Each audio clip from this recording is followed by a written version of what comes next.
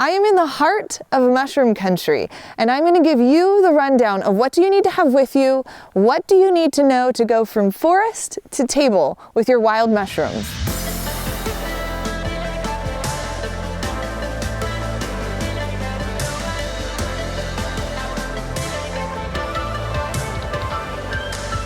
What you have with you for supplies, very simple. A basket to put your mushrooms in, and then a field guide to help you identify your mushrooms.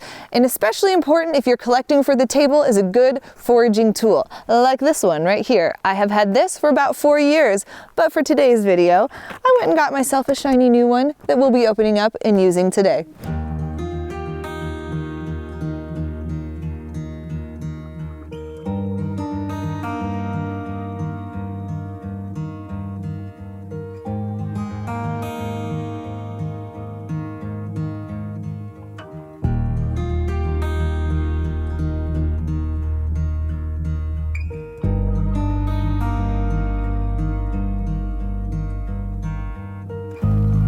Here we go. Some matsutake, American matsutake or pine mushrooms.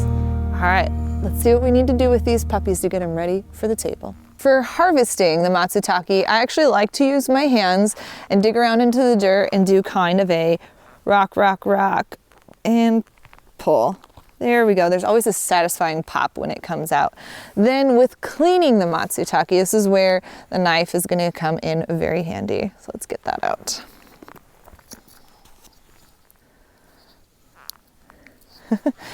Brush, very handy. Just get the dirt off of the top like that. There's usually quite a bit of dirt that's stuck to kind of the sticky stem of this mushroom. If you can't get it off with the brush, the knife works perfectly. Just do like a little bit of a shaving down like that. There you go. Once you have your mushroom all clean, then it's going to be ready to go in your basket and ready for you to cook at home. So for cooking this mushroom, I would look into Japanese cuisine, see what they are doing with the matsutake. Gohan or matsutake rice, clear broth soups, or grilling it. Fantastic ways to enjoy this. If you're going to be preserving it though, I'd recommend two things, either dehydrating the mushroom or slicing it very thinly and then laying it flat and freezing it. That's another great way to preserve this mushroom. And I think it is ready, nice and clean, to go into the basket.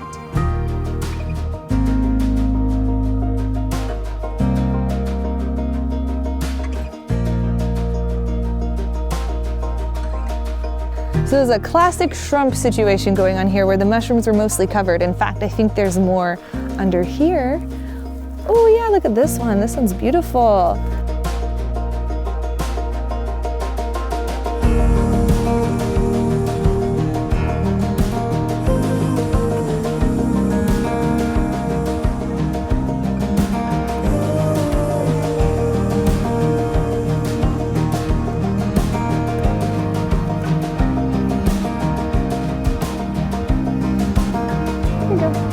I'm gonna put it in my basket now. Okay, they're all snug as a bug as a rug, in a rug, or whatever that, yeah, don't put that in there.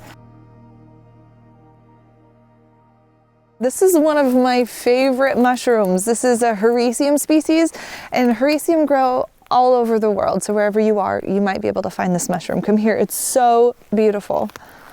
Look at this. There we go.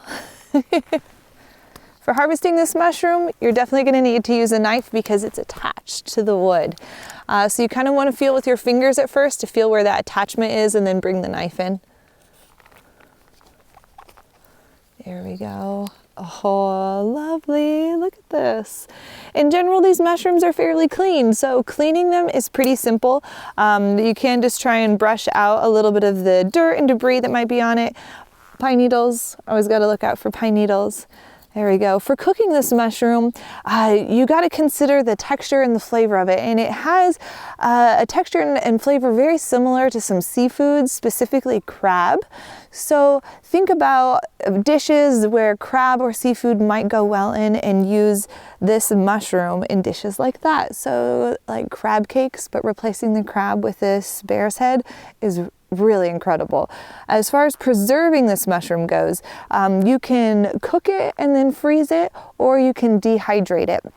If you're going to dehydrate it, keep in mind that once it's rehydrated, it's not going to have the same texture. The rehydration process really is because you're going to be making a mushroom stock, and it's going to have this deep, earthy, mushroomy flavor that you get to use as an ingredient.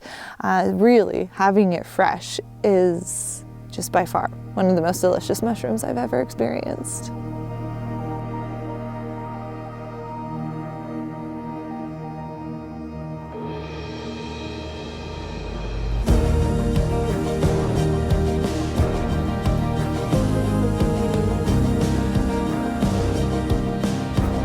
A basket is important because if you put your mushrooms in plastic, they're going to start sweating, decomposing, then your mushrooms will not be fresh when you get them home to cook them.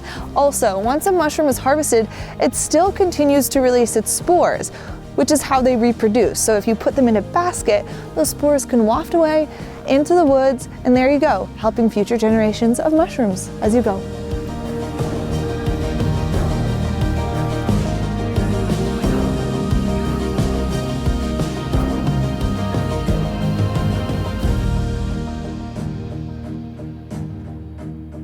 I'm excited. I love chanterelle mushrooms. And when it comes to harvesting chanterelles, I generally use my knife, but I know some people like to pluck it out of the ground with their hands. Either way is fine. But you are gonna wanna do some serious brushwork on these puppies.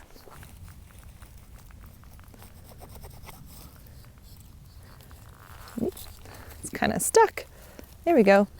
So cleaning chanterelles while you're out in the woods is imperative. These things have so many nooks and crannies, the dirt gets stuck in there, and where I live, the chanterelles can be especially dirty. They grow kind of underneath the duff, and you know what? There's so many pine needles, a lot of really good brush work, and even some knife work to get into the cracks to get those like chunks of dirt and needles out is really important. The less dirt that you have on your mushroom, the less dirt that's in your basket, less dirt that's in your kitchen, and in your food. I strongly believe that a really fantastic wild mushroom meal, the prep starts when you're out in the woods. You have to have these mushrooms clean, because one mushroom that's dirty will all of a sudden get everything else in your basket dirty, and it's just gonna be a mess when you get home into the kitchen. Now, when you're at home in the kitchen, you can do some additional cleaning, but make sure you know which mushroom can handle water and which one can't. The chanterelle, don't be soaking these things. They will get slimy and lose their flavor if they're soaked in water, whereas other mushrooms, such as the morel, giving them a little soak is not such a bad thing. That also goes into cooking and preserving. Yep, this one's kind of dirty. And it even has like a little soft spot right here, so I'm just gonna use my knife. May as well trim that off now. Can leave it here in the woods, keep it clean. There we go. Now when it comes to cooking chanterelles, they have a nice kind of fruity aroma and a little bit of a sweeter flavor for mushrooms. Man, there's so many ways you can do chanterelles, but I like to keep it pretty simple or do kind of a classic duxelle with them, where you do, shallots and kind of a wine reduction, and then you can end up adding that to almost anything. Really, really beautifully flavored mushroom. When it comes to preserving it, the chanterelle does not do well dehydrated. When you dehydrate it, you're gonna have to rehydrate it, which soaks it in water, and again, it's gonna turn out slimy, sludgy, and not have very much flavor. So the best thing to do is actually cook it and then freeze it. And you can cook it in a variety of ways. You can just do a simple dry saute and then freeze that, or you can do a saute, add a bunch of fun things to it, freeze a duxelle, those kinds of things. It's so good to have it in your freezer already cooked up. You can pull it out, add it to a soup, to a pasta, whatever you would like. I love it. Some gold chanterelles. Okay, there are a few more over there that I'm gonna go grab really quick, and then we'll be on our way. Now I want to point out something about this knife. I've had one for 4 years, and it's been my #1 go-to foraging tool. The quality has held up impeccably. I've never had to replace it. The blade, handle, brush, it has all held up, even with the extra heavy use I give it. The knife still functions and works wonderfully. Now I have tried other mushroom knife brush combos, but nothing quite fits as comfortably in my hand like Opinel does. It's not too heavy or chunky, it has a smooth, secure feel when I use it. The more naturally a knife fits in your hand, the more safely and efficiently you'll be able to wield it. This is one reason that I'm so happy to be partnering with Opinel for this video. It's something that I've already been using, that I already love, and I have a really wide circle of mushroom loving friends, and there's just this thing everybody knows, once you have an Opinel, you are an official mushroom forager.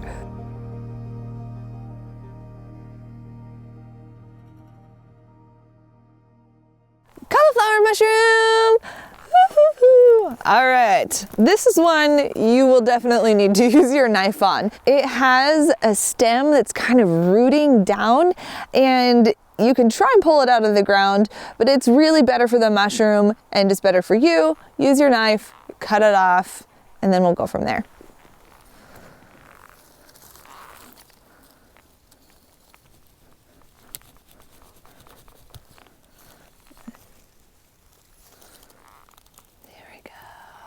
This is the cauliflower mushroom. So harvesting it, you're gonna wanna use that knife.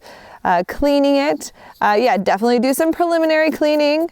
There's gonna be a lot of pine needles in here though. So you're gonna wanna take it home and do some extra cleaning as you start to kind of dissect the mushroom using your brush when you're at home to get little buggies, little pine needles out. When it comes to cooking this, okay, so what does it look like? It looks like a ball of noodles, right? So cooking this mushroom, take advantage of that. Try some stroganoff where these are the noodles, or some kind of a noodly soup, or some kind of dish that uses egg noodles. There you go. That's where you want to go with the direction of this mushroom. Also, preserving this mushroom, you can cook it into a dish or soup and freeze that. And once it's thawed out, it still holds its texture. It does not get soggy. You could also dehydrate it and then rehydrate it and use it. It's really amazing, a versatile mushroom. There are a couple of different species depending on where you live in the world. I mentioned having a field guide to help you identify. If you get yourself a locally focused field guide, you are going to be better off because it will tell you which exact species of mushrooms you have in your area, so you can find the trees, the environment, and everything else you need in order to find that specific mushroom. Things like this. Pretty amazing. Look at this arrangement of mushrooms that we found. You guys will notice when I talked about and harvested each of these mushrooms, I talked about cleaning them, the best way to clean them. I talked about cooking and the flavors and the textures they might have. I talked about preserving them. So consider fruits and vegetables. You don't cook and preserve all fruits and vegetables the same. Apply that to your mushrooms. If you're gonna make an amazing mushroom meal, it needs to enhance the texture and the flavor of the individual mushroom that you have. So the bear's head, enhancing the fact that it has, you know, kind of a crab-like flavor and texture. With the chanterelles, you know, not soaking them in the water so they lose their flavor and texture. So it starts with harvesting these mushrooms from the forest, cleaning them while you are out there, and then taking them home and know how to best care for them once you are there in order to create the best mushroom meal that you can. Guys, I am so pleased to be partnering with Opinel for this video. I am very adamant about partnering with people and companies and brands and items that I actually use, that I believe in, and as you know, I've been using this knife for years. I love it because, I mean, you guys already saw on my older knife, the brush, it's still in great condition, still intact. Then the curved blade, I actually did not know if I was gonna like that at first, but I really love the curved blade, just curved slightly enough to get around some of those mushroom stems. Plus you'll notice it has a locking mechanism, so it can be locked. There we go. While it's in your pocket, unlock it and relock it so that while you're using it, there you go. The only thing missing from my Opinel knife is the fact that it's not personalized, and you can get personalized engravings on your mushroom knives, and you can get it for free. They're offering to do it for free. The description in this video will give you the instructions on how to do that. This is a great opportunity for you to go get yourself a customized engraved knife. Get one for a friend, get one for a family member, get one for a stocking stuffer, write a romantic message, or, you know, there's that person that you've been secretly hoping is gonna be your mushroom hunting partner. This will be a great hint. Go get their name written on there. And who am I kidding? If you're watching this video, you should just go get yourself a knife, customize it, slip it into your own stocking, you know, for Christmas or something. Yeah, go ahead and do that, and then I'll tell you what I was thinking. Okay. Were you just cleaning your nails with it? Yes, I was. Secondary use, clean your dirty fingernails. I get told all the time in pictures like, oh, your nails will start dirty. Yeah, I've been picking mushrooms all day. There we go. Now we know the real reason why Opinel knife is really good to have in the woods.